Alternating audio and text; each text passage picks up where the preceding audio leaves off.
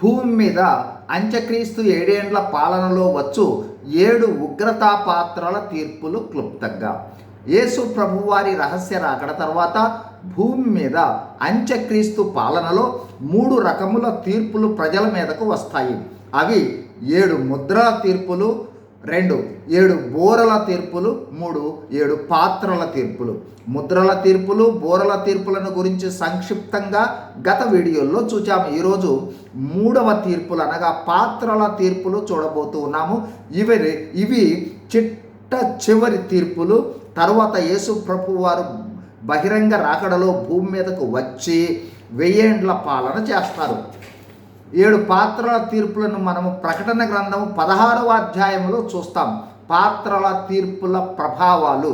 1, మొదటి దూత పాత్రను భూమి మీద కుమ్మరిస్తుంది. అప్పుడు క్రూర మృగము ముద్ర అంటే అంత్యక్రీస్తు ముద్ర గలవారికి, అంత్యక్రీస్తును పూజించే వారికి చెడ్డ పుండు పుడుతుంది.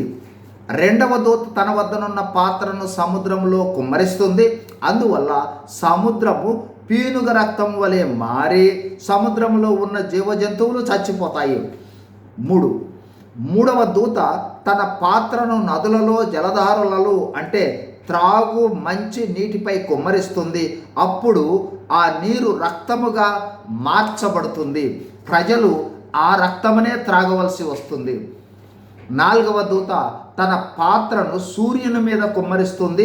మనుషులను అగ్నితో కాల్చుటకు సూర్యునికి అధికారం ఇవ్వబడుతుంది. కావున ఆ తీవ్రమైన వేడిమితో మనుషులు కాలిపోతారు.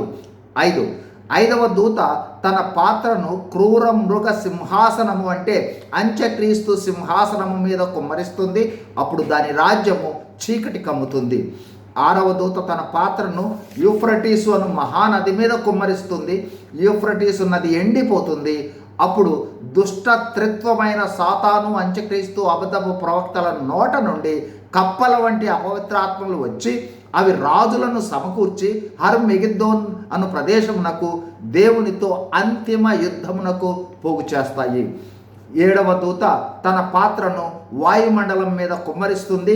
గర్భాలయం నుంచి సమాప్తమాయను అని గొప్ప స్వరము వస్తుంది. మహాభూకంపం వస్తుంది. పర్వతములు, ద్వీపములు కనపడకుండా పోతాయి.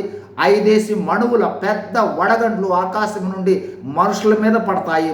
ప్రసిద్ధమైన మహాపట్టణము 3 భాగములవుతుంది. God is in you, God is with you, God bless you. Thank you.